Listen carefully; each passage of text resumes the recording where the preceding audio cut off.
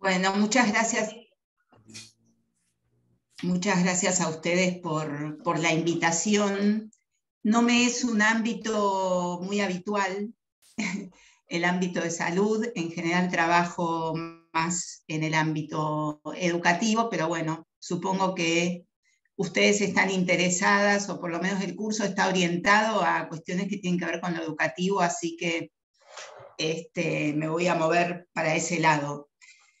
Un poco lo que pensé para contarles tiene que ver con compartir algunas ideas en torno de las características de las propuestas educativas destinadas a los niños pequeños. En este caso pensé fundamentalmente en el trabajo con la franja 45 días a 3 años. Sé que estuvieron trabajando con otras colegas o que estuvieron conversando sobre los niños un poquito más grandes. Por supuesto que voy a centrarme en esa etapa de la vida de los niños, pero las cosas que voy a decir van a resonar también para pensar algunas cuestiones con los niños un poco más grandes. Y la dinámica que pensamos con las organizadoras es que voy a hacer yo una intervención y después ustedes intervienen, preguntan, comentan y tratamos de conversar, ¿sí? Con todas las limitaciones y las posibilidades que nos ofrece el entorno virtual. Estas ideas que voy a compartir con ustedes son fruto de un trabajo que desarrollamos durante muchos años en la Ciudad de Buenos Aires. Yo coordiné ahí un proyecto participé, digamos, de un proyecto que incluía docentes de nivel de instituciones comunitarias de la Ciudad de Buenos Aires. En ese momento, grupos comunitarios, la mayoría de ellos se transformaron pues en centros de primera infancia, que supongo que quienes trabajan en el ámbito de la ciudad deben ser instituciones que conocen. Y también hemos trabajado bajo estas ideas en el ámbito educativo, digamos. No es que son cosas exclusivas del ámbito comunitario, sino que más bien es un modo de pensar el trabajo cotidiano con los niños y las niñas pequeñas. Bien, bueno, una primera cuestión que me gustaría plantear tiene que ver con qué pensamos cuando pensamos en la enseñanza, en las instituciones que atienden a los niños y a las niñas de 45 días a 3 años. Y esa pregunta en torno a la enseñanza nos acerca a la idea de qué consideramos que tiene o que puede enseñar una institución a los niños de estas edades. En general, cuando uno revisa las propuestas curriculares destinadas a esta franja etaria, encuentra una organización en ciertas áreas o ejes, tienen diferentes denominaciones, pero en general refieren a estas cuestiones. Refieren al desarrollo motor, digamos, un área que tiene que ver con el desarrollo motor, un área o unas propuestas o unas ideas que tienen que ver con la promoción del juego, otras que tienen que ver con la exploración del ambiente, con la comunicación y la expresión, y con el desarrollo personal y social. Este es como el modo en que suelen organizarse las cuestiones vinculadas a la enseñanza para los niños pequeños. No voy a ser exhaustiva, pero quiero señalar 2 o 3 cosas en relación con cada una de estas cuestiones. En relación con el desarrollo motor, si uno piensa lo que sucede en la vida de un niño desde el momento del nacimiento hasta los 2 años, hay unas conquistas motoras sumamente relevantes, ¿no? Los niños, en cuanto a su motricidad gruesa, aprenden a sentarse, a rodar, a rolar, a pararse, a caminar, a gatear. Y en la motricidad fina, a tomar cosas pequeñas, a encastrar, a, no sé, pasar por un ¿cómo se llama ese otro? Enhebrar. O sea, cuando hablamos de trabajar en torno al desarrollo motor de los niños, lo que estamos pensando es en cómo acompañar y estimular el desarrollo motor de los niños. En relación con el juego, que es otro, como les decía, ámbito que siempre está presente en las cuestiones vinculadas a la enseñanza de los niños más pequeños, es preciso reconocer el juego como una construcción social que se transmite de generación en generación. Es decir, que lo que se está planteando en todas estas propuestas es que a jugar se enseña, ¿no? Y en ese sentido, sabemos que el juego favorece el desarrollo de la representación, de la imaginación, la creatividad, la comunicación, y que contribuye a que chicos y chicas amplíen su capacidad de comprender el mundo. Es, por tanto, un área muy relevante. Bajo el eje de la exploración del ambiente, lo que habitualmente se incluyen son algunas ideas relativas a la posibilidad de explorar diferentes objetos, ¿no? Y todo lo que tiene que ver con obtener información sobre los objetos del mundo, cómo son, cómo se comportan, cómo se interrelacionan, etc. Bajo ese eje de la comunicación y la expresión, o bajo el eje de la comunicación y la expresión, al igual que señalaba en el área motora, pero me parece que es para todas en realidad lo mismo, es una etapa crucial en la vida de los niños, ¿no? Los niños adquieren el lenguaje en general en esta etapa de la vida.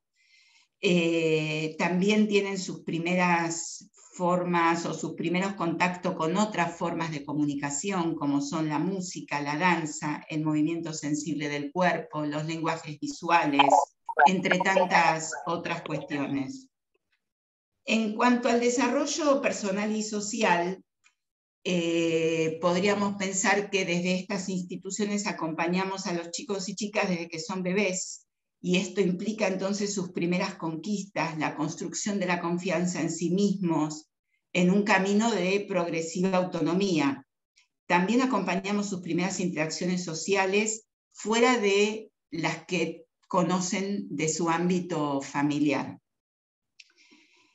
Estoy tratando no de ser exhaustiva, desde luego, sino de dar cuenta de los procesos que estamos acompañando y estimulando en esta etapa de la vida de los niños. Y como todas ustedes supongo, supongo comparten, el lugar de los adultos en esta etapa de la vida de los niños es un lugar fundamental, ¿no? Porque somos aquellos que vamos a poder generar situaciones que favorezcan y enriquezcan estos procesos por los cuales los chicos y chicas están atravesando. Una cosa que vamos a hacer que voy a tratar de hacer a lo largo de este desarrollo es de revisar algunas de las variables desde las cuales podemos favorecer este despliegue y este desarrollo. Pero antes de analizar estas variables, quiero plantear una cuestión que tal vez suene un poco obvia para algunas, pero me gustaría igual plantear, aún a riesgo de ser obvia, quiero plantearla. Yo les decía unas variables que uno de algún modo dispone intencionalmente para promover la enseñanza, el desarrollo y demás. Ahora, no hay que dejar de considerar que las niñas y los niños no solo aprenden cuando nosotras nos ponemos en la cabeza 1, 2, 3, ahora te enseño, ¿no? Sino que los niños aprenden todo el tiempo y aprenden todo el tiempo de las actitudes y de los comportamientos que tenemos con ellos, ¿no? Y en ese sentido me gustaría plantearles como ejemplo que si cuando un bebé llora, ¿no? Estoy pensando siempre en un espacio en el cual un bebé está compartiendo con otros bebés, sea esto un jardín maternal, un comunitario, lo que sea, pero me estoy imaginando los niños en algún contexto institucional, ¿no? No los niños en el ámbito familiar, ¿no? Entonces vuelvo sobre mi ejemplo. Si cuando un bebé llora, yo le explico, ¿no? Y le hablo, le digo, mira, tenés que esperar un poquitito porque en este momento yo estoy haciendo otra cosa, estoy con otro compañerito y no puedo detenerme con vos, ¿sí? Aunque ese bebito tenga 3 meses, ¿sí? Y la mayoría de la gente piense que cuando un bebé tiene 3 meses no entiende absolutamente nada, ni me entiende cuando le hablo. Pero hay algo ahí, yo no sé si entiende palabra por palabra, pero sí entiendo que cuando uno hace algo así y le habla a ese bebé, le transmite una tranquilidad, le está enseñando algo, le está enseñando que lo estoy escuchando, le está enseñando que tiene que esperar un poquitito y que lo estoy acompañando en ese momento, ¿no? Otro ejemplo, ¿no? Que me parece que es bastante habitual. Los niños pequeños suelen subirse a lugares donde consideramos que no se tienen que subir, se trepan, ¿no? Si cuando un niñito pequeño, pensemos 10 meses, un año y medio, ¿no? Se está tratando de subir a un banco o a una rampa, ¿no? O a alguna cuestión que le armamos ahí. Y yo estoy atenta, estoy disponible corporalmente, pero a la vez lo dejo o la dejo, ¿no? Que intente hacer estas primeras, acompañarlo en estas conquistas motoras, también le estoy enseñando algo, le estoy enseñando que confío, le estoy enseñando que creo que va a poder, ¿no?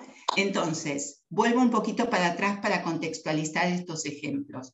Lo que estoy tratando de plantearles es esta idea de que no solo enseñamos cuando disponemos algo intencionalmente, sino que enseñamos todo el tiempo y que enseñamos mucho con nuestras propias actitudes, con nuestros comportamientos, con el modo en que nos acercamos a los niños. Eso también forma parte de la enseñanza, creo que toda la vida, pero en esta etapa no tengo la menor duda, ¿no? Que es un...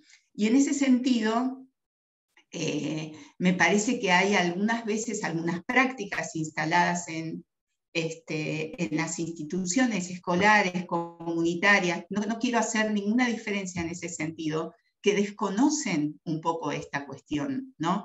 Digo, el ejemplo más que se me ocurre y que tal vez muchas veces o algunas veces habrán presenciado es cuando se habla de los niños delante de los niños, ¿no? Y se dice, viste no sé qué, no sé cuánto, ¿no? Como si ese niño no estuviera participando de esa situación. Digamos, uno tiene que apostar a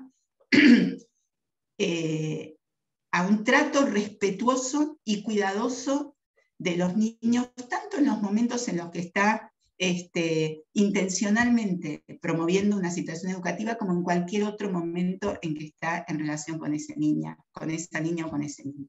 Bueno, eso hasta ahí.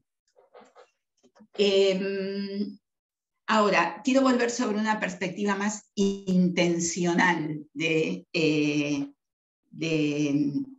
enseñar, digamos. Y ahí me gustaría plantear qué variables o qué cuestiones tener en cuenta para generar en los espacios en los que estamos con los niños situaciones para que puedan aprender. A ver, me gusta pensar como que uno tiene como unas herramientas para hacer esto.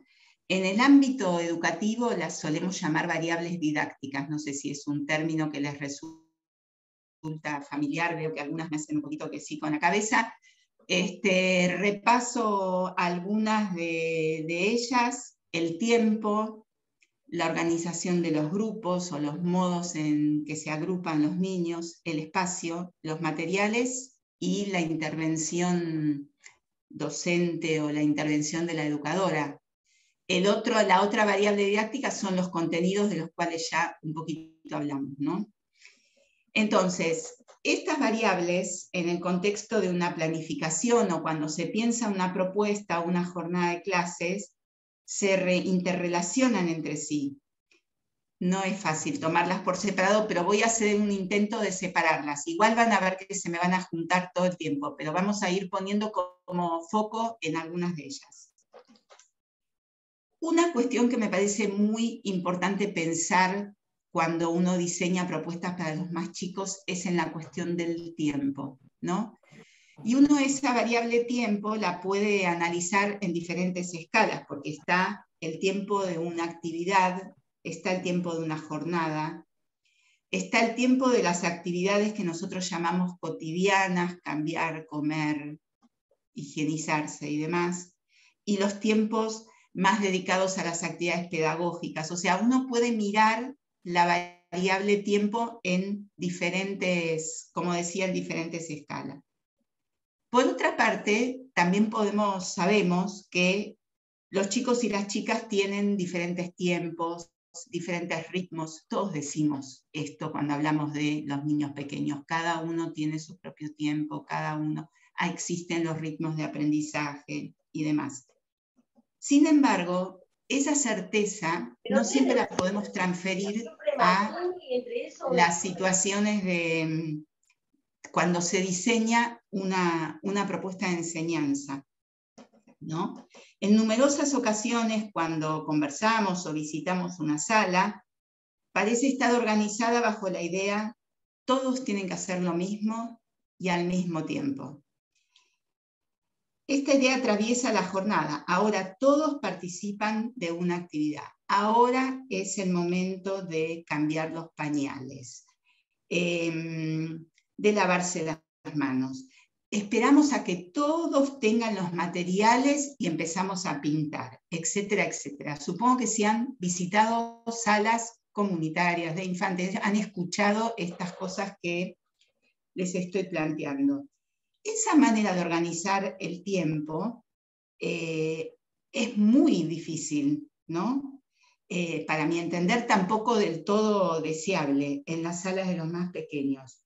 Una cosa que provoca es una enorme es exagerado, pero provoca su tensión, ¿no?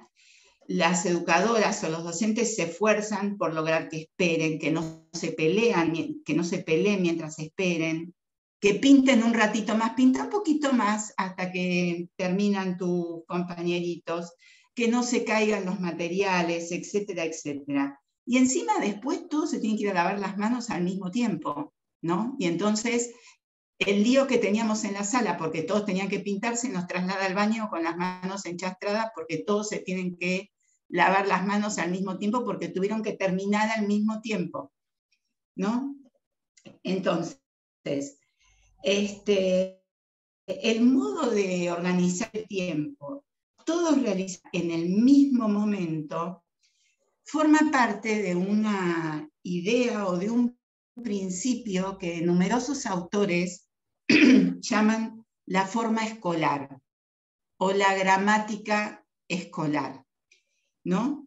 No sé si si esto de todos juntos y al mismo tiempo es deseable para algún otro nivel del sistema educativo, pero tengo la absoluta convicción de que no lo es para las salas de los más pequeños.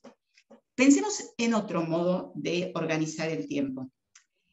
Por ejemplo, pensemos en una sala de 2, en una sala de 1 y 2, 2, 3, ¿no? Esas salitas así que muchas veces, sobre todo en el ámbito comunitario, son heterogéneas en edad, ¿no? Los niños no tienen la misma edad, pero aunque tuvieran la misma edad lo podemos pensar igual.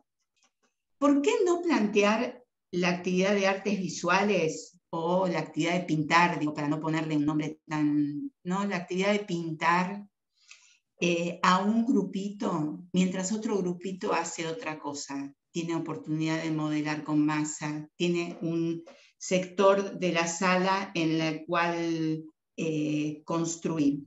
Cada uno, en ese caso, se podría dedicar a la actividad de pintar su propio tiempo. La educadora puede estar ahí, observar, intervenir, organizar los materiales para que estén en condiciones. El que ya pintó se lava las manos y se va a construir o se va a modelar. Una cosa que sucede en estas situaciones es que cede mucho la tensión esa de la que hablábamos, que se suele generar cuando todos tienen que hacer las cosas al mismo tiempo. Porque los chicos tienen otras opciones, porque cuando terminan de hacer una cosa y se aburrieron, se pueden ir a hacer otra. Bueno, cada uno participa el tiempo que quiere y tiene diferentes opciones entre las cuales elegir. El tiempo a lo largo de la jornada, entonces se organiza como una especie de continuo de propuestas que se van renovando y se van modificando, porque cuando terminaron de pintar, limpio las cosas de pintar, mientras tanto siguen jugando, modelando o jugando en construcción, y voy armando otra cosa en la sala o en otro lugarcito, si tengo a alguien que me releve un minuto en la sala para generar un espacio de juego más motor, etc. Entonces, a lo largo de la jornada se van organizando diferentes propuestas, algunas más relacionadas con el juego dramático, otras con propuestas más exploratorias, otras que impliquen destrezas motoras, etcétera, etcétera. También podemos pensar algo así para la sala de los más pequeñitos, pensando en niños, en bebitos o en salitas de un año, ¿no? Una propuesta, arrancamos con una propuesta más exploratoria, no sé si conocen propuestas como juego heurístico o alguna de estas, ¿conocen? Háganme que sí con la cabecita alguna. No conocen, bien. Después, si quieren, o sea, son propuestas en las cuales se les disponen a los chicos diferentes materiales.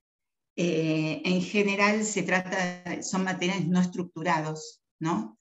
Que se agrupan de diferentes modos y que alientan a realizar diferentes tipos de actividades exploratorias, encajar, apilar, poner uno adentro del otro. Si les interesa, después le comparto a las chicas que organizan algún material para que puedan circular. Pero bueno, son propuestas, ¿no? Lo que nosotros llamamos absolutamente abiertas, o sea, no hay una consigna, hay una disposición de materiales. Ahí alguien me pregunta como escenarios lúdicos. Sí, algunos escenarios lúdicos tienen esa forma, ¿no? O sea, de presentar unos materiales que inviten a los chicos a realizar diferentes acciones con ellos. En este caso son acciones que en el juego heurístico son acciones que básicamente tienen que ver con la exploración de los objetos. Uno podría pensar en algunos escenarios lúdicos, en el caso de los escenarios lúdicos, a veces están pensados para otro tipo de acciones, para juego dramático, para juegos más motores, etc. Bueno, pero entonces arrancamos, les ponemos ahí un escenario, una situación exploratoria. Muchas veces todos empiezan jugando a eso, porque quienes han visto niños de esas edades saben que son propuestas que les resultan muy atractivas. Ahora, mientras están jugando ahí, seguramente algunos juegan unos tiempos y otros juegan en otros, ¿no? O sea, hay algunos que están más tiempo concentrados en realizar este tipo de actividades y otros que no. Entonces, contemplando esa situación, se puede armar otro espacio de la sala donde estén invitados, estoy pensando en los bebés o en los de cerca de un año, ¿no? En los que estén más pensados a desafiar motrizmente, ¿no? Y que haya una rampa, unas cosas para treparse, ¿no? Como un espacio de juego más motor. Y después de un tiempo se puede armar otro lugarcito más donde haya unos arrastres o algo, unas cajas que los inviten a meterse adentro, a empujar. O sea, y así ir como generando diferentes propuestas que apunten a estas diferentes áreas que vimos en el inicio de mi charla, ¿no? Como para poder ir estimulando diversos modos diversas propuestas que apuntan a diferentes ejes, estoy todo el tiempo tentada a decir áreas del desarrollo, pero no son exactamente áreas del desarrollo, y que a la vez nos sacan un poco de esa forma tan escolarizada de todos juntos y al mismo tiempo, ¿no? Bien. Otra cosa que quería sumar en relación con las salas de los más pequeñitos es que ese tipo de dinámica también favorece que haya un tiempo para las actividades que nosotros llamamos cotidianas, cambiarlos fundamentalmente, a veces darles de comer, ¿no? Y que entonces permiten que la persona que está a cargo, la educadora, pueda cambiar a aquel que necesita ser cambiado, conversar con él un poquito, con él o con ella, mientras realiza esa actividad, realizarla con cierta dedicación porque los demás están haciendo algo, no están sentaditos esperando que les toque, ¿no? Entonces se genera una dinámica diferente en el contexto de la sala. Bien, vuelvo un poquito a contextualizar estos ejemplos que les estoy dando. Estamos hablando de la variable tiempo, ¿no? De cómo pensar en la intervención como adultos sobre la variable tiempo para organizar las actividades, la jornada, etc. En lo que estoy planteando hay otro asunto que está vinculado a esto que, como les decía, muchos autores llaman la forma escolar, y que remite a otra variable didáctica que es los agrupamientos o la forma de organización del grupo. Porque la idea de todos en el mismo momento que mencionaba hace un momento en relación con el tiempo abarca también todo otro componente que es el todos, ¿no? Al igual que con la cuestión de los tiempos individuales, reconocemos que los niños y las niñas son diferentes, que tienen intereses diversos, que algunos son más activos que otros, que algunos prefieren los juegos tranquilos, mientras que otros disfrutan de construir o pintar, o mirar libros o trepar. Sin embargo, cuando se diseñan las propuestas, el ideal, entre comillas, parece ser que todos hagan lo mismo y al mismo tiempo.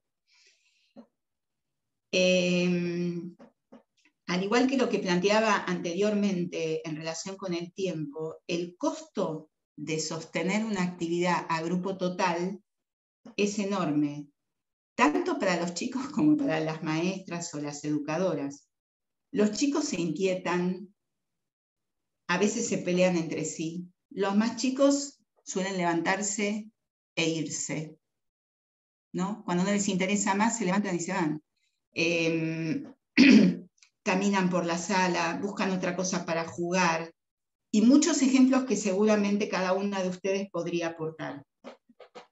Las docentes o las educadoras hacen unos esfuerzos enormes, despliegan unos recursos, cantito, 1, 2, 3, ¿no? Digo, una enorme variedad de situaciones para tratar de convocar a todos a la misma actividad.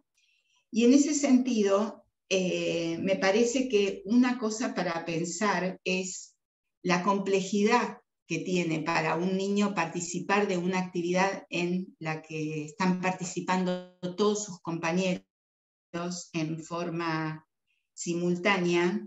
También me gustaría centrar la reflexión en la idea de que esto es algo que se aprende en el ámbito escolar, no hay ningún otro ámbito en el cual todos hagan lo mismo al mismo tiempo en esa clave que les exigen, que exige la institución educativa. Y en ese sentido no la estoy criticando, solo estoy tratando de dar cuenta de que eso es algo complejo y algo que se aprende ahí, ¿no? Tengo una colega que siempre decía, que podía como ejemplo, en el jardín es la primera vez que te dicen todos y vos te tenés que dar cuenta que tenés que ir vos también, ¿no? Porque en general los niños son, en otros contextos, uno los llama por su nombre. Acá la maestra o la educadora se para y dice, sala verde, hacemos tal cosa, y hay que aprender que uno forma parte de sala verde y que cuando dicen sala verde te están hablando a vos también, ¿no? Digo, cosas que por ahí uno no siempre se detiene a pensar cuánto de todo eso forma parte de lo que los chicos aprenden en los ámbitos, en las instituciones, ¿no?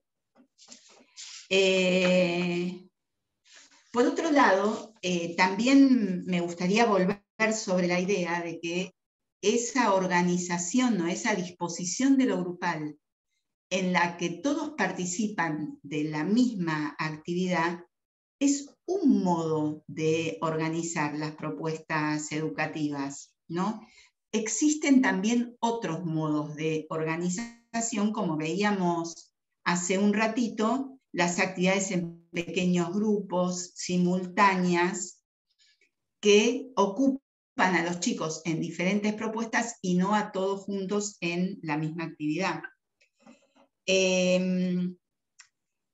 Dentro de esa organización en pequeños grupos uno también puede pensar en diferentes alternativas, ¿no? Podemos, por ejemplo, organizar pequeños grupos para que tengan diferentes opciones de juego y cada uno encuentre su lugar, o para poder desarrollar una propuesta que requiere de más atención de cada niño. Por ejemplo, cuando en una sala de los más pequeños se les propone, vuelvo sobre mi ejemplo, de pintar con témperas, ¿no? Con rodillos, supónganse que es una clásica, o hisopos, ¿no? Alguna cosa, en una superficie grande, porque no se pueden sentar y pintar en una hojita en la mesa, ¿no? Eso es una tremenda conquista. Bueno, aunque fuera para eso, ¿no? Entonces la educadora puede tomar 3, 4 chicos, sentar esos 3, 4 chicos en la mesa o proponerles esa actividad, mientras otros hacen otra actividad que requiere de una intervención menos cercana por parte de la educadora. También es importante pensar que cuando se organizan esas actividades a grupo total, decimos nosotros, ¿no? Que convocan a todos a la misma actividad, es muy importante cuando trabajamos con chicos chiquitos que cada uno tenga su material, o sea, son como unas especies de actividades individuales que hacen todos al mismo tiempo, ¿no? O sea, si hacemos un trasvasado, todos tienen que tener materiales para trasvasar. Si estamos proponiéndoles una actividad de pintar o de dibujar, todos tienen que tener materiales para dibujar. O sea, se trata de una actividad individual que realizamos a grupo total, que es muy diferente de una actividad donde todos tenemos que participar de lo mismo. Siempre pongo el ejemplo de nos sentamos todos y escuchamos un cuento. Es muy distinto de cada uno tiene sus materiales para explorar, por ejemplo. En mi experiencia, y me parece que, solo en mi experiencia, aun cuando pensamos esas actividades en las que todos tienen que participar de lo mismo, como por ejemplo escuchar un cuento, que como dije antes es de alta exigencia, me parece que es interesante tener siempre, cuando era profe le decía a mis chicas, siempre plan B, ¿no? Siempre alguna alternativa para los que no quieren participar o los que no participan de la misma manera. Sigo un poquito con mi ejemplo del cuento, ¿no? El cuento, que es una actividad que se desarrolla muchísimo en las instituciones, ¿no? Ahora nos sentamos y escuchamos un cuento. Falta un ratito para irnos. Nos sentamos y escuchamos un cuento. La imaginación ahí es que todos se van a sentar semicírculo, ¿no? En lo posible se van a quedar sentados escuchando a la persona que lee el cuento. No sucede, ¿no? Muchas veces no sucede. Entonces, si ahí armamos un rinconcito, y en ese rinconcito hay, por ejemplo, unas hojas y unas viromes para dibujar, o una masa para jugar con masa, o incluso unos autitos o unos muñequitos. Vieron que muchas veces están los muñequitos esos que vienen en la cajita del McDonald's o qué sé yo, que andan dando vueltas por la sala, una cosita, ¿no? Y ahí, ¿qué pasa? Algunos se van ahí, ¿no? Siempre algunos se van. Pero eso no quiere decir que no está escuchando el cuento, ¿no? Porque también uno cuando escucha muchas veces está haciendo otra cosa en simultáneo. Y para algunos chicos, el hecho de estar jugando con algo o modelando con masa, no implica que no están escuchando el cuento, solo que no escuchan sentaditos en la ronda como algunas y algunos les gustaría, ¿no? Entonces me parece que todo eso contribuye a bajar tensiones, a aprovechar mejor los momentos de enseñanza o los momentos de aprendizaje, porque no estamos todo el tiempo tratando de poner el foco en generar que se queden quietos, que estén atentos, que participen, ¿no? Como acomodar un poco más a las posibilidades de los niños y entender que hay muchos procesos y hay muchas cuestiones que están aprendiendo en esta etapa de la vida, que no son condiciones que están garantizadas, ¿no? Bien, cuando yo les planteo esto se lo planteaba a mis estudiantes y lo planteo en diferentes ámbitos, de decir, bueno, mientras lees un cuento, ponerles otra cosa para que puedan hacer otra cosa mientras tanto, me dicen lo siguiente, me dicen, bueno, pero si tienen la posibilidad de ir a jugar con los autitos, obviamente no se va a quedar escuchando el cuento. Entonces, en ese sentido, me parece que hay que confiar. Primero, hay que hacer una buena selección de cuentos, si este es nuestro ejemplo, y hay que confiar en esa propuesta que armamos, porque si nosotros la propuesta solo estamos pensando en sostenerla en base a la obediencia, o sea, a que no tengan otra cosa más que hacer que sumarse a eso que le estoy planteando, estamos teniendo un problema con aquello que le estamos planteando. O sea, nuestra propuesta siempre debiera ser, o debiera tratar de ser, tan atractiva cuando hacemos una propuesta grupal, que los chicos quieran sumarse a esa propuesta, ¿no? Si se me van todos a la otra y estoy teniendo un problema con la que pensé. ¿Se entiende lo que estoy planteando? Bien.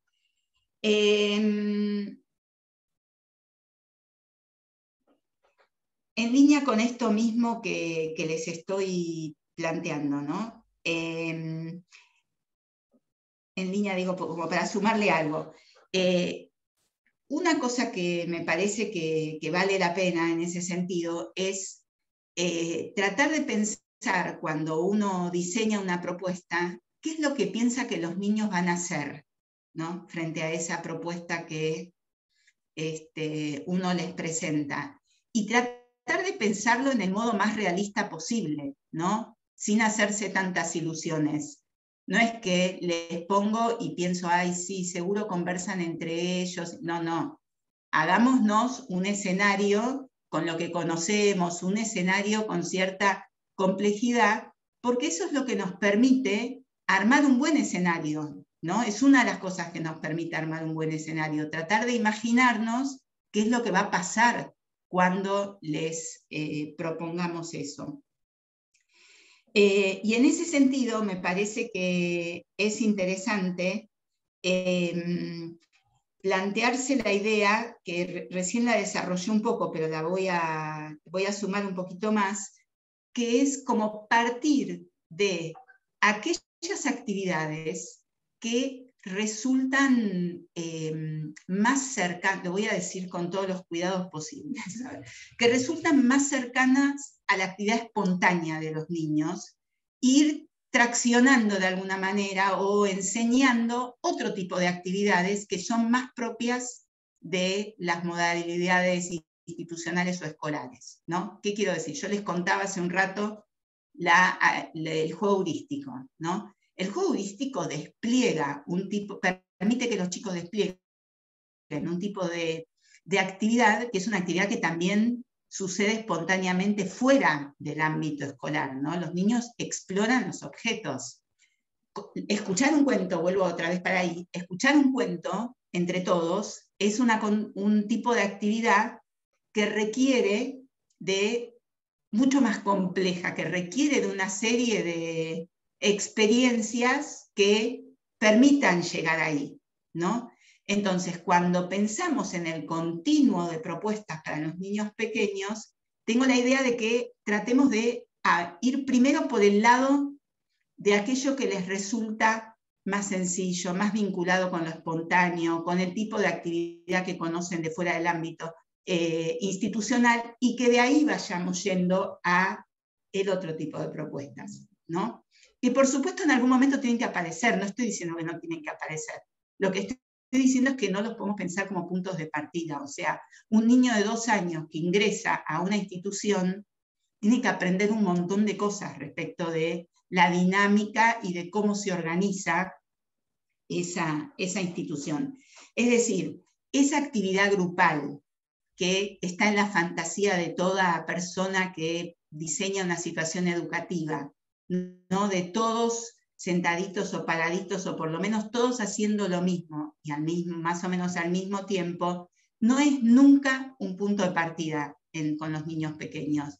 En tal caso es un punto de llegada si logramos hacer las cosas bastante bien, nos funcionará de punto de llegada, no nos funcionará de punto de partida.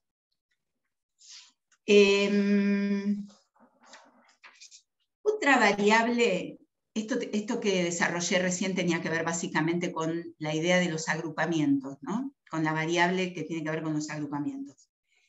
Otra variable que me parece que es sumamente importante cuando pensamos en las actividades destinadas a los niños más pequeños son los materiales, ¿no?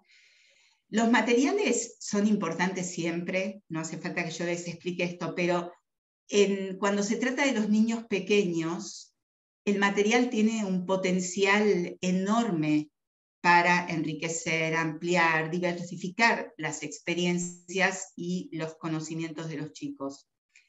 Las dinámicas de trabajo de las que venimos hablando, pequeños grupos, actividades simultáneas y demás, también nos invitan a poner un poco la mirada sobre los materiales, ¿no?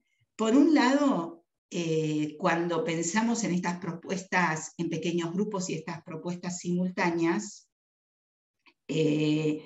son en un sentido menos exigentes respecto de los materiales, porque no es necesario tener materiales para todos, ¿no? ¿Se acuerdan que yo les decía que como un requisito que tiene la actividad individual, la actividad de todos juntos, es que sea individual en el sentido de que cada uno tenga la posibilidad de interactuar con el material? Bueno, si tengo 20 y quiero que los 20 pinten, tengo que tener 20 pinceles, ¿no? O 20 pinceletas o 20 rodillos. En cambio, si estoy pensando esa actividad en pequeños grupos, puedo contar con menos material, ¿no? Eso es una cosa que por lo menos en los espacios comunitarios no es un dato menor. Por otro lado, me gusta pensar que que el trabajo con los materiales y los pequeños grupos y la actividad simultánea requieren de un progresivo compromiso de los niños también con los materiales, ¿no? En el sentido de que parte de lo que también estamos enseñando es a cuidar los materiales, a limpiarlos, a guardarlos, a participar en el orden, ¿no? Eso también forma parte.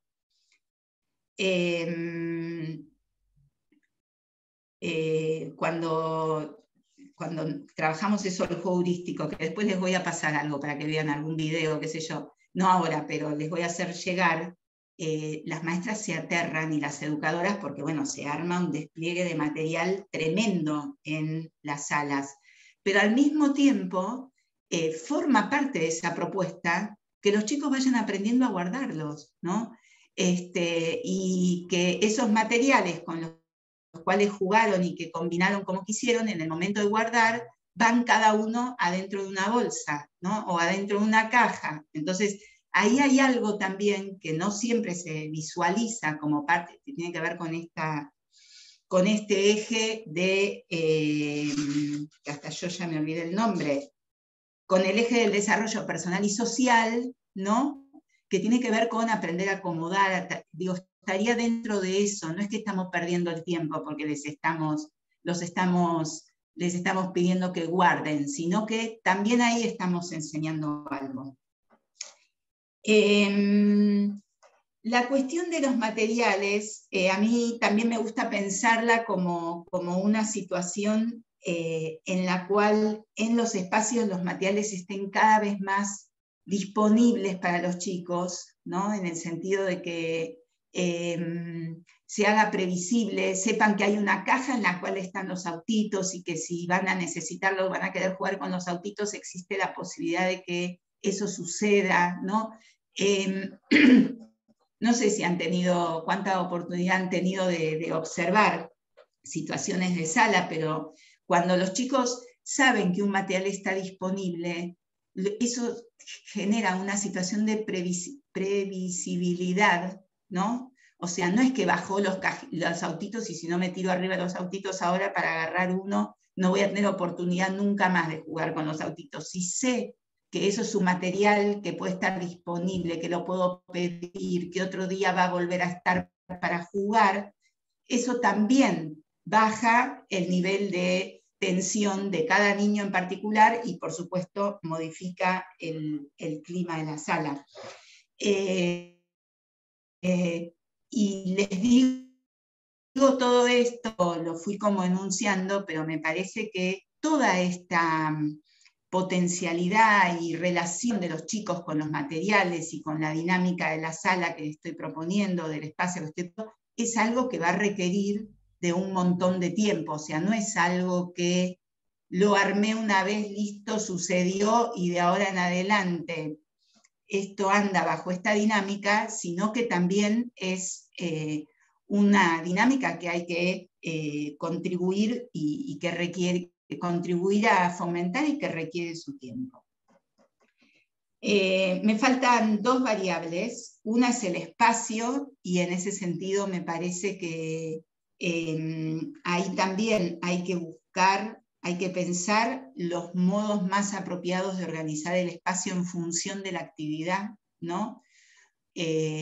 O sea, de vuelta, pensar qué es lo que los chicos van a hacer me ayuda a pensar en qué espacio tengo que organizar para poder hacer eso, ¿no? Expandir las salas, pensar los pasillos, pensar los patios, pensar, o sea, el espacio, saben que hay como una, supongo que escucharon hablar de ambiente alfabetizador, o sea, todo el espacio de una institución contribuye a educar, ¿no? Y también el modo en que uno dispone un espacio para realizar una actividad promueve diferentes cosas en quienes participan de esa actividad. Tal es colaborar con el orden, participar en la organización de la sala, etcétera, etcétera, etcétera, porque también aquí, ¿no? En el espacio, digo, si yo reorganizo el espacio para cada actividad o modifico el espacio en cada actividad, ahí en simultáneo tengo que ir apostando a que contribuyan, aunque sean muy chiquitos, a que contribuyan en la medida de lo que puedan a organizar ese espacio. Y eso tiene que ver con aprendizajes que refieren a la autonomía, al trabajo compartido, etcétera, etcétera.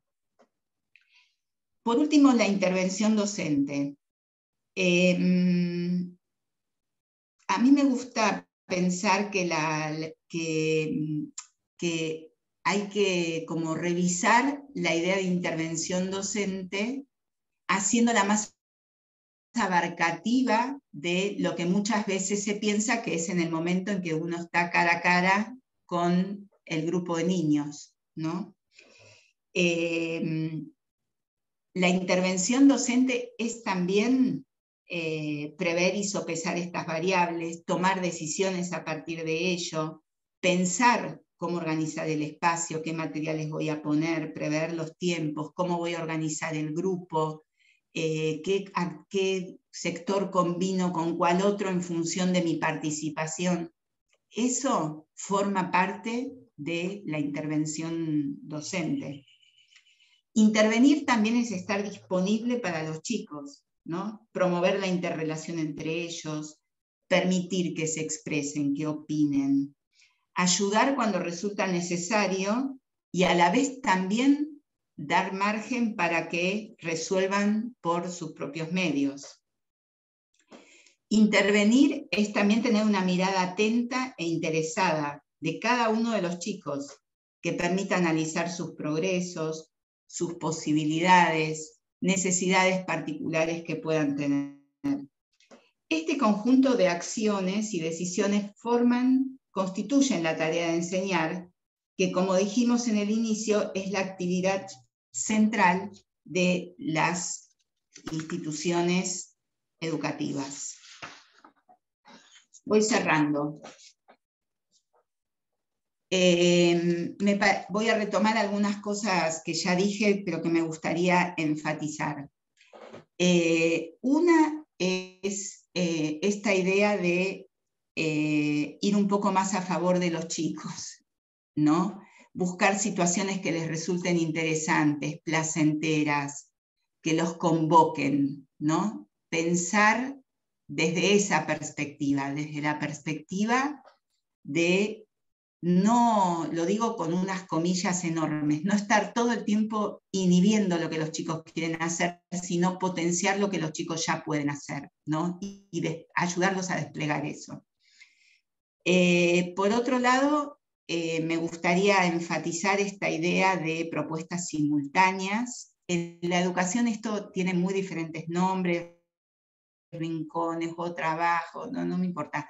Me parece que lo que hay que rescatar de ahí es la actividad simultánea y la posibilidad de que los chicos puedan elegir lo que quieren hacer, ¿no?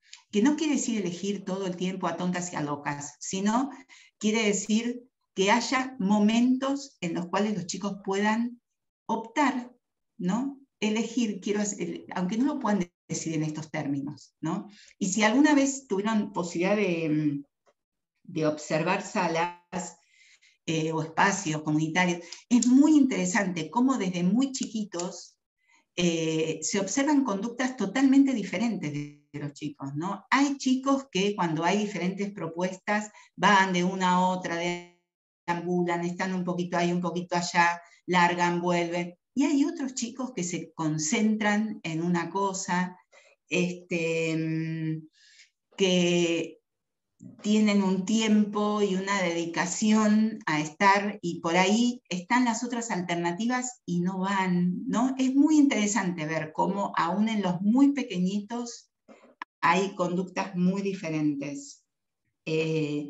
La otra idea que me gustaría volver a plantear es revalorizar el juego como contenido de enseñanza, ¿no? Los chicos aprenden algunas cosas a través del juego, eso es cierto, y también aprenden a jugar. Y ese es un aprendizaje central en estas edades. Y lo que siempre les digo para cerrar como esta intervención es que creo que es de las pocas cosas que nadie retoma en el sistema educativo, ¿no? La posibilidad de enseñar a jugar y de favorecer el juego. Eso, si no pasa en las salas que atienden a los niños más pequeños, ya después en el resto del sistema educativo nadie parece preocuparse por esta situación. Mientras que otras cosas que a veces se recontraenfatizan con los niños pequeños, después la escuela primaria, o sea, eso vuelve, hay nuevas oportunidades. Ahora, para jugar, para desplegar el juego, para aprender a través del juego y para aprender a jugar, si no le damos la oportunidad cuando son chiquitos, en las instituciones, después esa oportunidad no siempre vuelve. Bueno, y con esto cierro y las invito a conversar.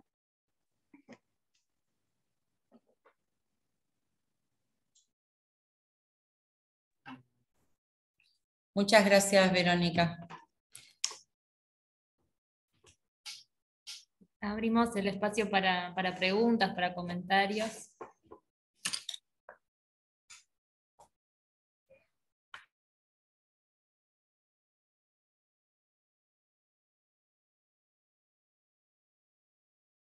Hola. Bueno, acá pensábamos un poco, Verónica, cuando vos al principio decías esto de que nosotras estamos en salud y que no estabas tan acostumbrada al ámbito sino más al educativo, a nosotras nos trajo todo el tiempo la clase, nuestra experiencia en los talleres, que muchas veces vamos a las escuelas y hacemos talleres y para planificarlos, para ordenarlos, tenemos en cuenta muchas de las variables, algunas no, y ya estuvimos anotando, pero sí se resignificó en nuestra práctica.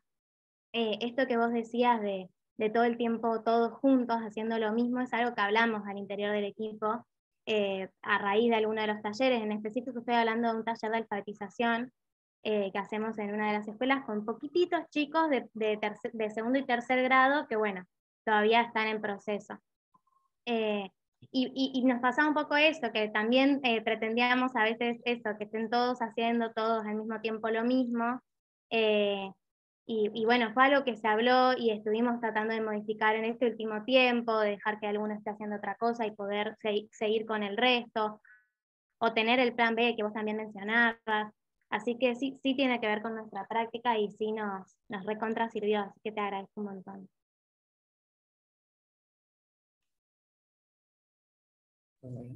Bueno, qué bueno. Igual me parece que como todo acto educativo, la política que lo avala es una política por ahí más homogeneizadora contra la que hay que estar todo el tiempo tratando de evitar.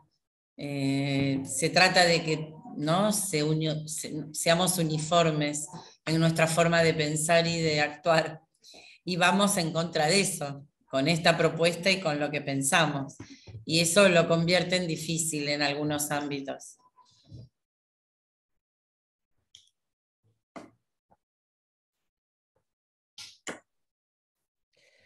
Verónica, buen día. Quería preguntarte, ¿vos por qué, o sea, cómo ves esta situación de la homogeneización, esta fuerte, digamos, pregnancia del homogéneo? Lo entiendo desde la fundación, digamos, del sistema escolar, pero ¿por qué crees que es tan difícil de conmover? ¿Qué pensás al respecto? Qué pregunta. Bueno, me parece que parte está, Andrea, en esto que vos decís, ¿no? Que es fundacional del sistema educativo, todos hacemos lo mismo, y tiene una vocación democrática, no es que no la tiene, ¿no? Porque también implica, en otra clave, pensarlo, implica pensar que todos pueden lo mismo, ¿no? Eso está detrás de ese mandato. Pero bueno, creo que sí, no sé, creo que son explicaciones múltiples. Digo, en el caso por ejemplo, creo que la biografía personal de cada uno está incidiendo ahí, ¿no? El modo en que aprendimos, el modo en que nos enseñaron que es mejor enseñar, qué sé yo, me parece que es de múltiples variables esa conformación que nos vamos haciendo, ¿no?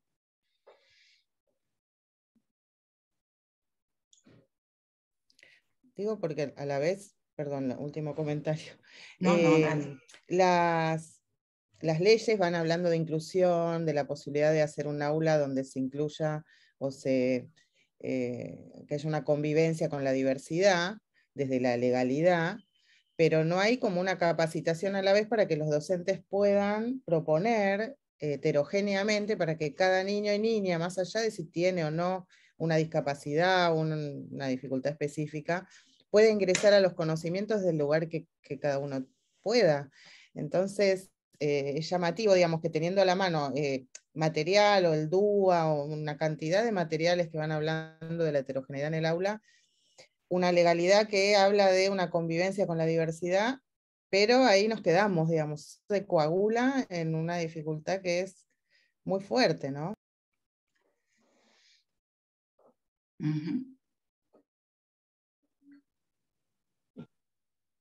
Hola, no sé si me escuchan. Yo pensaba recién entre lo que decía Andrea y Verónica, también en el tema de la inclusión, ¿no? Esto o de la mirada del adulto. Es decir, vos decís, cuando uno tiene algo que es homogéneo y para todos lo mismo, no hay mucha posibilidad de pensar o de prever nuestra intervención o de cambiarlo, ¿no? Pienso a veces y no en un sentido crítico, sino en el sentido crítico de decir, bueno, de poder revisarlo y pensarlo, ¿no? Es decir, no sé, el uso de tantas fotocopias, el uso de estas revistas por ahí que en el aula, ¿no? Que uno ve, no sé, maestra jardinera, me sale, no sé cómo se llaman, pero estas como, que es como la receta, ¿no? Y desde el ámbito de salud, yo trabajo en una sala, también muchas veces piden recetas para determinado diagnóstico, ¿no? Es decir, bueno, a ver, este nene con este diagnóstico, ¿cómo funciona? Me parece que tiene también un poco que ver con, a veces, la imposibilidad de repensarnos nosotros, los que intervenimos como docentes o como profesionales de la salud que atendemos a niños o que trabajamos con niños, de repensar nuestra práctica, que por ahí es más sencillo o es menos comprometido, pero no digo que lo hagan de compromisos, de la falta de compromiso, sino de decir, bueno, a veces las vorágines, a veces los contextos, todo lo que pasa en el ámbito familiar, educativo, en lo comunitario, en lo que nos pasa a los adultos en estos tiempos, digamos, es más fácil por ahí la receta, ¿no? Y decir la cosa más ordenada. De bueno, para un nene con TEA funciona esto, para un nene con... Nosotros en las salas todo el tiempo nos están pidiendo, bueno, pero ¿y cómo hacemos para trabajar con un niño con TEA? Bueno, a ver, tiene ciertas características, pero no deja de ser un niño como cualquier otro que tiene sus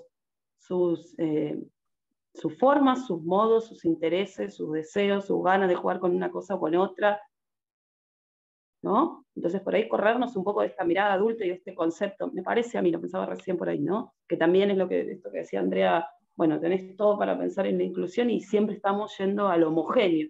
Bueno, piden el tip, solicitan el tip, hacemos, ¿no? Por ahí tiene que ver un poco con poder pensarnos nosotros y nada, ser creativos, cada uno en el ámbito donde está, para poder intervenir y pensar intervenciones que sean más productivas y que tengan en serio en cuenta esta diversidad, ¿no?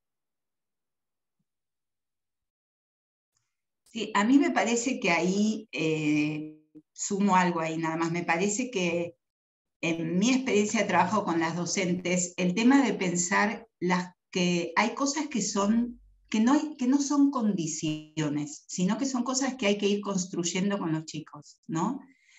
Y que, por ejemplo, siempre pongo este ejemplo de la actividad grupal que les ponía antes, ¿no? Pareciera que es una condición que un niño cuando entra a un jardín, no importa si es escolar, comunitario, lo que sea, una institución, tiene que saber cómo comportarse adentro de esa institución, ¿no? Tiene que saber cómo se lo convoca, tiene que saber, ¿no? Entonces, cuando se consideran condiciones esas para empezar y no puntos a los cuales hay que arribar, estamos en un problema, porque ahí es donde muchos chicos yo no soy psicopedagoga, no sé de esto, pero lo veo también con niños, pongo unas comillas enormes y ya me estoy arrepintiendo porque se está grabando, pero con niños que no es que tienen un diagnóstico, con cualquier niño, o sea, hay montones de niños que no llegan y se ajustan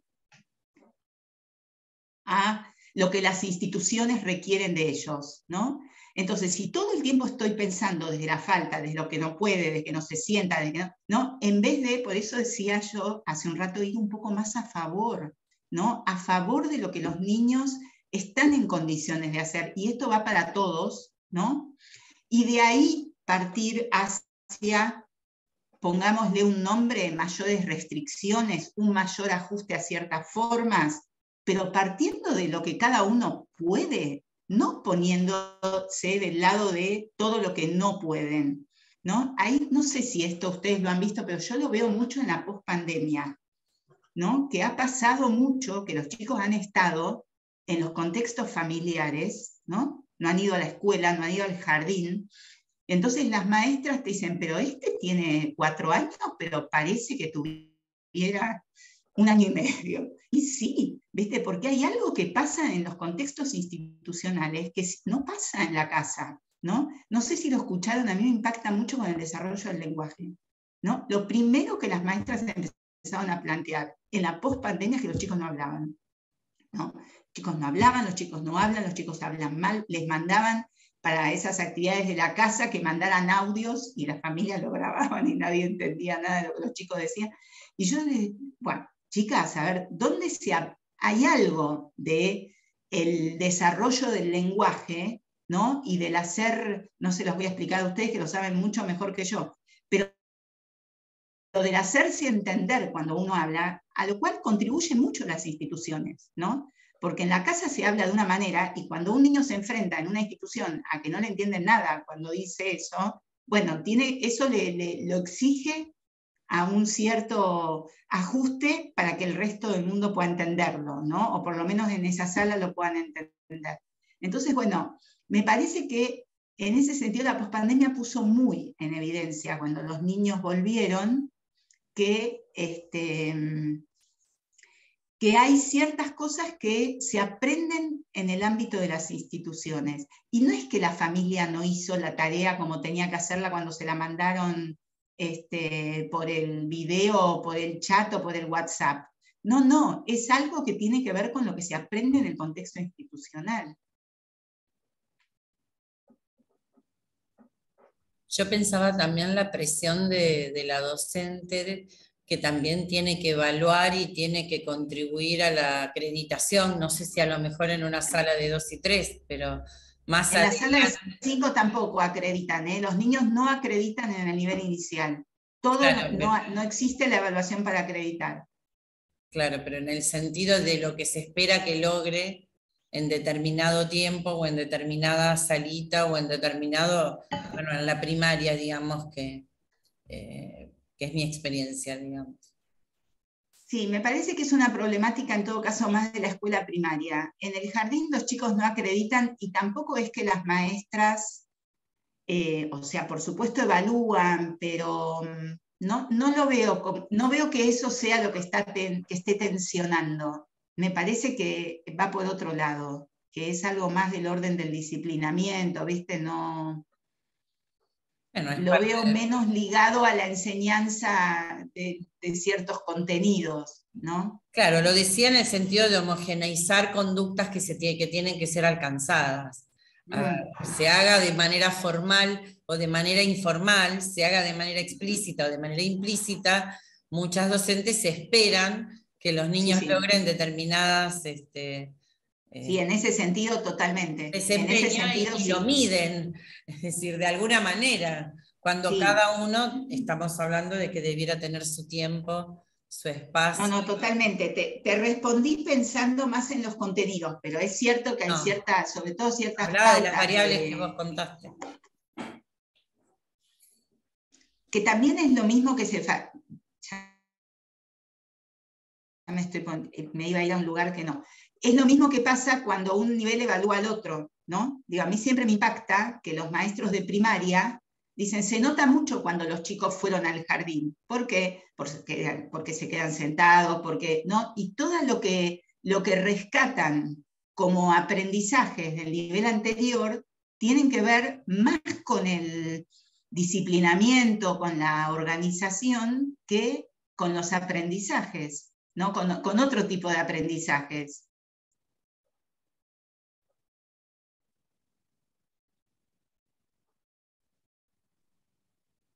Hola. Hola.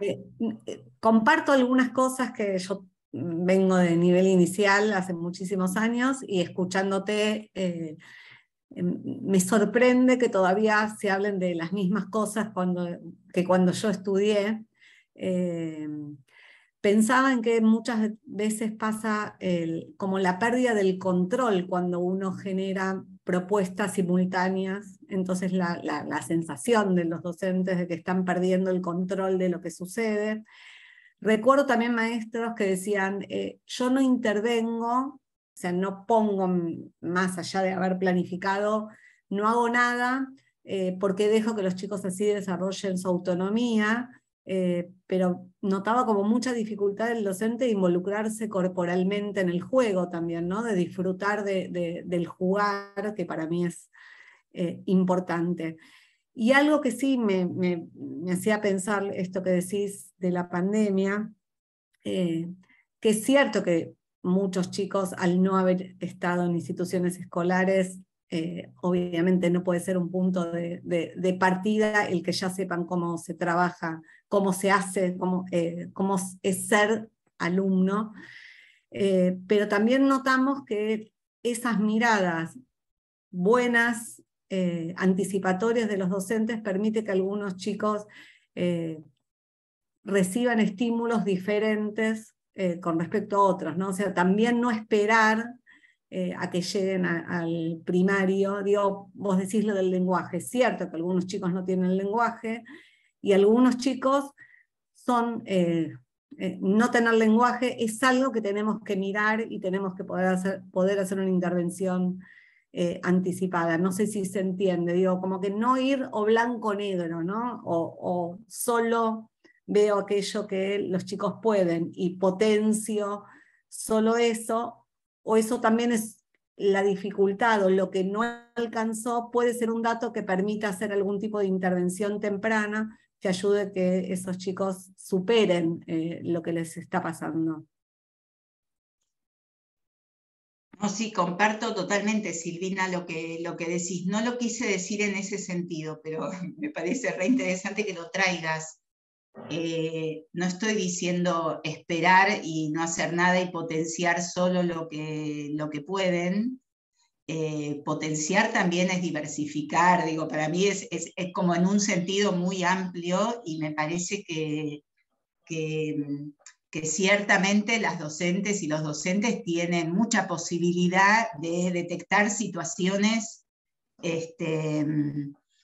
que requieren de una intervención temprana, por supuesto. Lo que pasa que lo que yo veo es que muchas veces arrancan de ahí, ¿no? Y no dejan que, no tratan como, o no contribuyen a que se despliegue algo que por ahí se puede desplegar solo con brindar buenas oportunidades para que eso suceda, ¿no? No sé si me hago entender, ¿no? Como rápidamente señalar y decir lo que no pueden, y dar como poca oportunidad para ver qué pueden.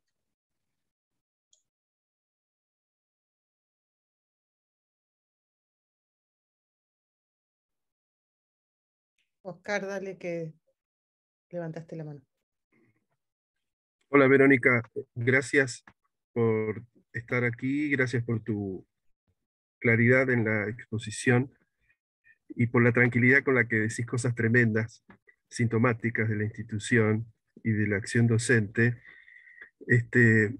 porque uno las escucha mejor, ¿no? Cuando alguien está un poco exaltado con las cosas que observa que pueden dañar a las infancias, pero cuando estás así de tranquila, uno escucha y dice, claro, qué mal entendida la democracia, pensar que todos tienen que hacer lo mismo y que lo mismo para todos y que eso es democracia, cuando en realidad la democracia en las salas es posibilitar la diversidad. Es decir, la igualdad está al principio, no está después. Todos pueden lo mismo y por eso todos tienen que poder distinto. Hagamos que todos puedan hacer distintas cosas, distintas actividades en pequeños grupos, relevemos intereses, porque aquellos que tienen ciertas carencias o ciertas dificultades podrán justamente explorar su propia potencia en aquellas actividades que les revistan mayor interés, pero la cuestión de homogeneizar es altamente preocupante. En el siglo XXI, con lo que planteaban las colegas de los documentos, de las resoluciones, de la ESI, de DUA, de todas esas cantidades de elaboraciones, pero que tienen que encarnarse en las prácticas más profundas, y las instituciones tienen que asumir que producen subjetividades. Lo que vos decís es así, cada institución asume que se es alumno, que se es estudiante, y no que es una construcción. Esto sucede desde educación inicial hasta la universidad, ¿no? Los profesores, las profesoras piensan que el estudiante universitario sabe hacer una monografía, sabe responder la complejidad de una respuesta de parcial, y en la educación inicial se asume que la nenita, el nenito sabe cómo sentarse, sabe cómo hacer silencio, y, y las instituciones tienen que terminar de asumir eso, que se construyen subjetividades allí dentro, si no, no pasaría lo que está pasando en pospandemia, ¿no? Esto que vos observás muy bien y que en general observamos, ¿no?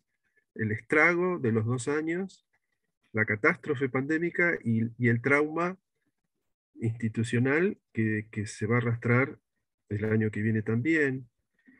Entonces, me parece muy fuerte escuchar que desde los mismos inicios de la subjetivación en la educación inicial, la homogeneidad es el mandato, ¿no? O lo que decía la colega, ¿qué puede funcionar con este niño, con esta niña que tiene tal dificultad, ¿no? Mirar mucho más las carencias que las potencias, y el funcionalismo, ¿no? O los estímulos que decía Patricia Orge, ¿no? Estimular y controlar los resultados. Esta gimnasia institucional es adultocéntrica, es iatrogénica. Bueno, no soy muy optimista, pero, pero te agradezco mucho, Verónica, tu disertación.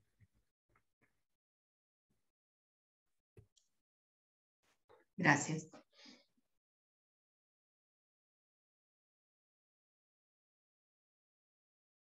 Eli, ¿tenés la mano levantada? Hola chicas, permiso. Quiero como compartir algunas ideas. Me pareció sumamente interesante lo que nos compartías, Verónica, y me quedaba pensando en un montón de cosas. Tomando, por ejemplo, esto del juego que vos decías, de enseñar a jugar, y por otro lado, los tiempos de los chicos, y también lo que recién decía Oscar en relación a lo adultocéntrico, ¿no? Como que estamos mirando a los chicos y planteando espacios que quizás están muy del lado del adulto, y falta como esa escucha de los chicos y poder ceder ese espacio a los chicos para que ellos puedan ir orientándonos. Y a mí siempre me pasa que tengo como ejemplos desde lo personal, ¿no? Pero mi hija empezó primer grado en pandemia y se encontró en primer grado yendo, ¿no? En burbujas y demás. Y ella no quería ir porque lo que le preocupaba era que enseñan sin jugar, me decía. ¿Cómo se puede aprender así? Es aburrido, ¿no?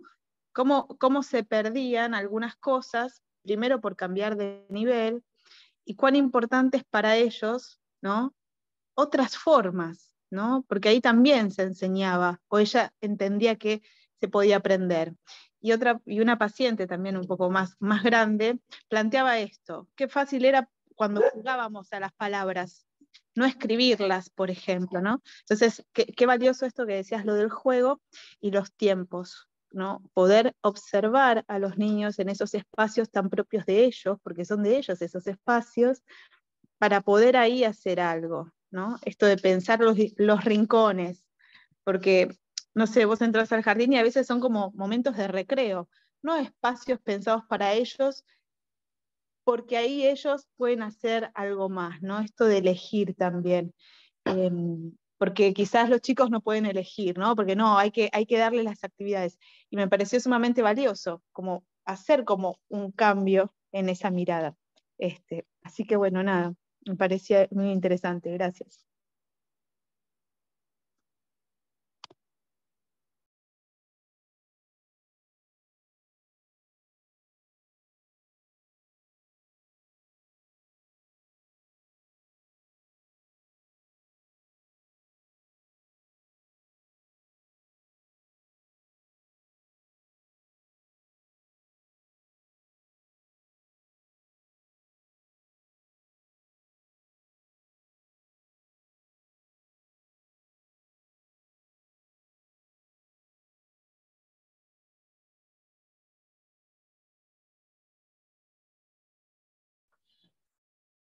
Algunos comentarios fueron escritos, no sé si los llegaste a leer, Verónica.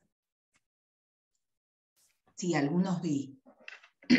No sé si todos. Sí, bueno, el de Patricia Orge, que siempre nos acompaña, va en tonos a lo que estuvimos diciendo, de controlar los resultados es un fuerte estímulo a homogeneizar. Y me parece que, bueno, de allí se desprende, de esa política, se desprenden como todas, muchas decisiones que debiéramos repensar. Sí, igual a mí me parece que es un tema de políticas, también es un tema o sea, no es solo de políticas, porque si no, todas las leyes y digo, tendríamos tenemos un marco como para hacer otras cosas. Digo, me parece que también hay algo de implicación personal, no sé cómo llamarlo correctamente, pero lo que quiero decir es que creo que es algo que no se resuelve solo desde la legalidad, ¿no? De hecho, hay una legalidad que admitiría otras cosas que no suceden, ¿no? Con lo cual nos invita a pensar que es más complejo que solo un marco legal, por ejemplo, ¿no?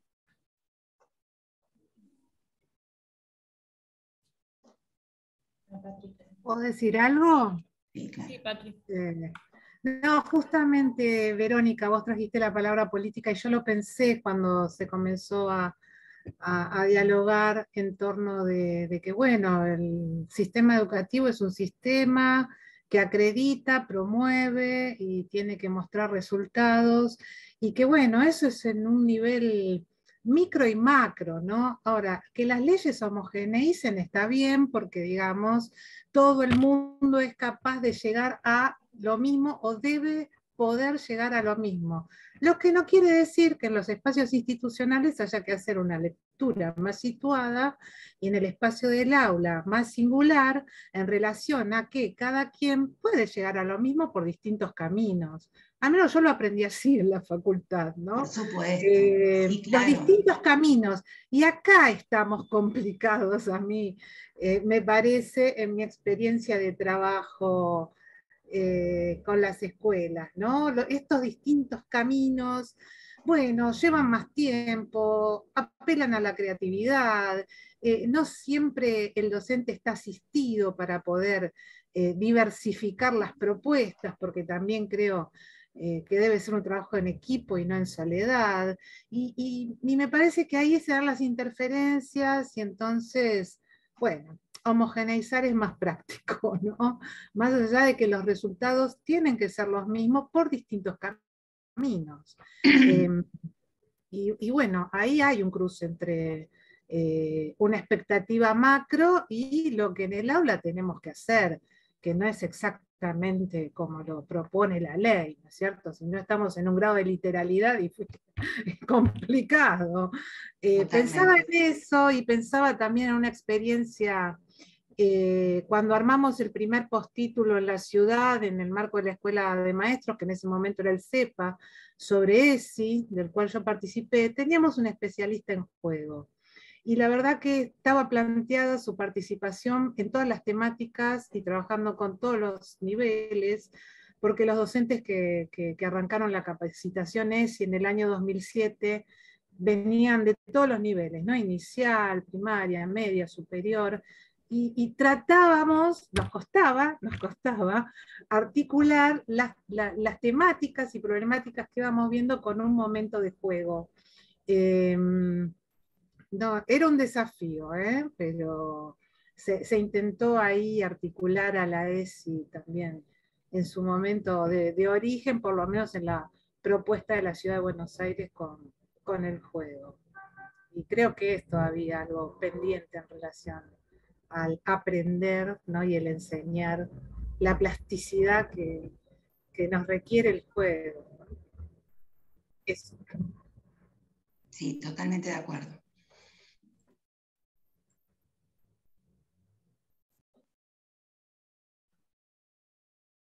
Bueno, muchísimas gracias, Verónica. Nos prestaste un montón de variables y de ideas para pensar nuestra práctica, nuestras intervenciones con las instituciones, ¿no? Desde salud, cómo vamos acompañando para pensar en esto, ¿no? En la potencialidad de los niños, la heterogeneidad y cómo acompañar en pensar esas grupalidades, ¿no? Y a los equipos de conducción y a los docentes también. Así que muchísimas gracias por acompañarnos hoy. Bueno, gracias a ustedes por la invitación. Nos vemos pronto, hasta luego. Pronto. Bueno, y gracias a todos y a todas. Les recordamos que la semana que viene es la última clase de nuestro curso, así que los esperamos. Muchas gracias. Hasta luego.